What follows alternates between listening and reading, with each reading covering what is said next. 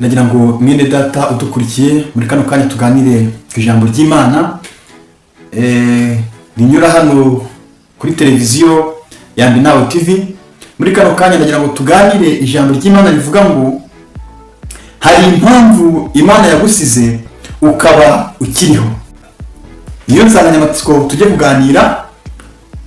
Dutangira ndagira ngo mbabwire nti niba uriho ufite ubuzima buzima jya ushima Imana. Niba uriho wumva unezerewe jya ushima Imana. Niba waba uri mu bibazo nabwo jya ushima Imana, kuko byose tubereho kugira ngo dushime Imana yaturemye. Ndagira ngo mbanze nshimire Imana kuko uyu munsi turiho.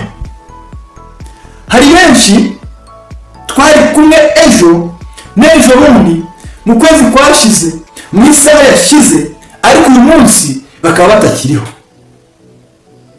Si kubw'ubuntu cyangwa se kubw'imbaraga zawe, si kubw'ubushake bwawe, ahubwo hari impamvu. Iyo ukiriho menya ko atari impanuka cyangwa amahirwe gusa. Hari impamvu Imana yatumye usigira ubuzima. Icyo namenye ni uko Imana igihe cyose iba ifite umugambi kuri wowe. Imana nyembabazi, nyembaraga, yaturemye mu ishusho yayo, iba ifite umugambi kuri twe. Ijambo ry'Imana riravuga ngo, turisome dusanga muri Yeremiya 29:11, riravuga ngo kuko nzi imigambi mbafitiye, niko Uwiteka avuga, imigambi yo kubagirira amahoro atari yo kubagirira nabi, kugira ngo mbagireho iherezo ryiza n'ibyiringiro. Turisanga muri Yeremiya 29:11. Ntabwo wavutse kuza gusa, hari ikintu Imana ishaka ko ukora. Reba, Mose yari umwana w'Umuyahudi, ariko yakuriye mu nzu y'umwami w'Abanyegiputa. Ntibyabujije Imana kumukoresha mu gukiza ubwoko bw'Abanyegiputa. Hari impamvu Imana iba yaretse ukagira ubuzima. Twakwibaza ngo ushobora kuba urimo gusigara gukora iki? Ni iki gitumye usigara? Ni iki Imana cyatumye igusiga ukaba ukiriho?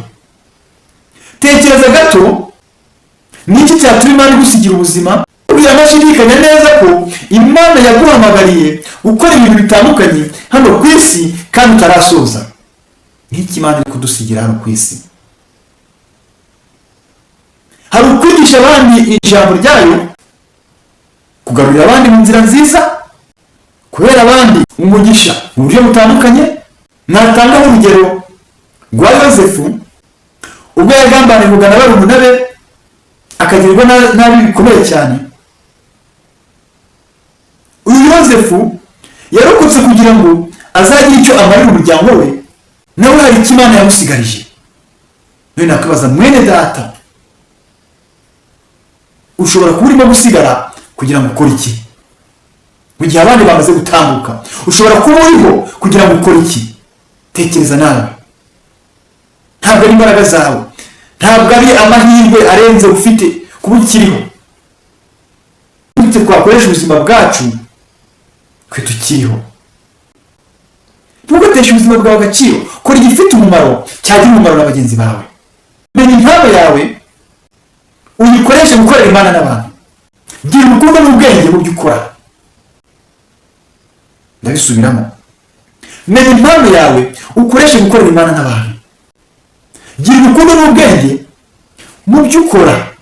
Mwene data, umenye ko Imana ikigufiteho umugambi. Uyu munsi Imana iguhaye andi mahirwe. Wirinde kwiberaho ntawe ntacyo bikubwiye. Menya impamvu ukiriho. Niba utarayimenya neza, iki ni cyo gihe kugira ngo uhindukire ukore ibikwiye. Iki ni cyo gihe cyo kuyegera no kuyisaba kuyobora ubuzima bwawe. Imana igufitiye umugambi mwiza, wakwemera kuwugendamo neza. Imana yacu ihabwe icyubahiro. Mwene data, icyo nagusaba ni uko ugomba kumenya ko ibyo ukora byose, ubuzima ufite, ugomba kubukoresha neza kugira ngo ugirire akamaro abandi, ugirire akamaro bagenzi bawe, kugira ngo mu gihe kizaza ubwo Yesu azagaruka uzahabwa ingororano zidashira. amen. Data mwiza, murengezi w'abantu, tugushimiye neza n'ubuntu tugirira, tukaba tukiriho duhumeka umwuka w'abazima. Mwami, hari abatambuka bakagenda bakicwa n'impanuka, bakicwa n'uburwayi, twe ntacyo tuba twatanze, turimo turashima, shimwa hawe icyubahiro. Ariko mwami, birakwiye ko tugomba kumenya impamvu tukiriho n'ibidukwiriye ko dukora kugira ngo izina ryawe rihabwe icyubahiro. Tegura imitima yacu tukwakire, tukwiringire mu izina rya Yesu Kristo umwami wacu, amen.